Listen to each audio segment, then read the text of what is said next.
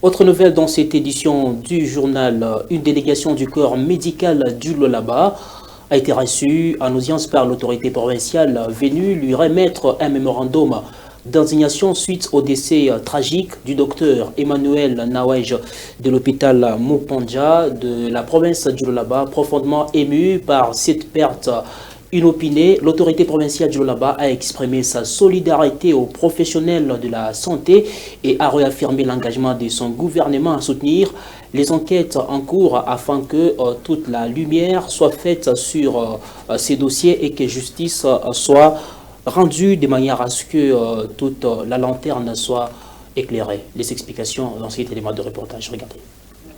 Des centaines de médecins, membres du syndicat national des médecins SINAMED et du conseil provincial des médecins du Lualaba ont pris d'assaut la salle des conférences du gouvernorat ce mardi 11 novembre.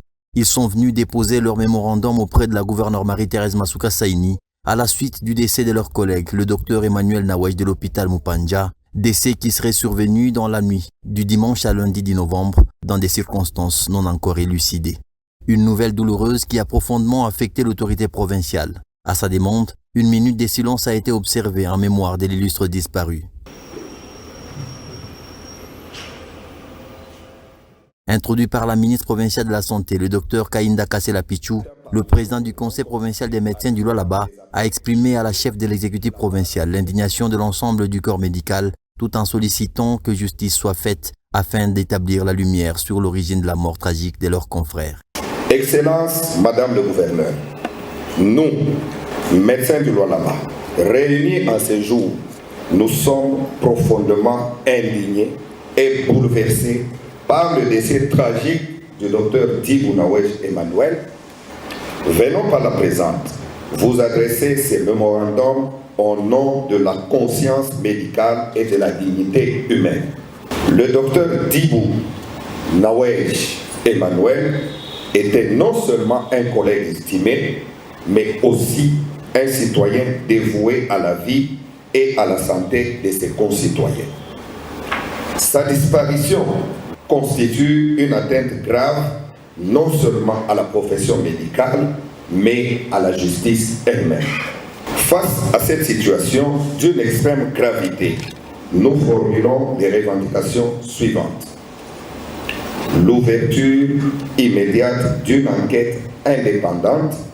Après avoir réceptionné leur mémorandum, c'est avec tristesse que la gouverneure Marie-Thérèse Masuka Saini s'est adressée aux hommes en blouse blanche de sa province, à qui elle a réaffirmé l'implication de son gouvernement dans le processus d'enquête déjà enclenché à ce sujet.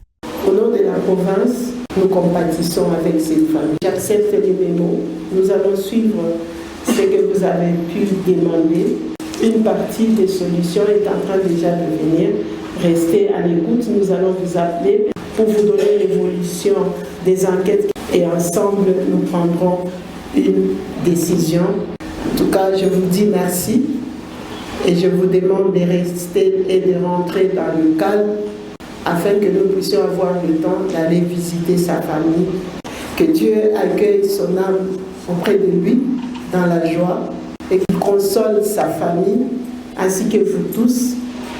Celui qui croit en Dieu a toujours la vie éternelle.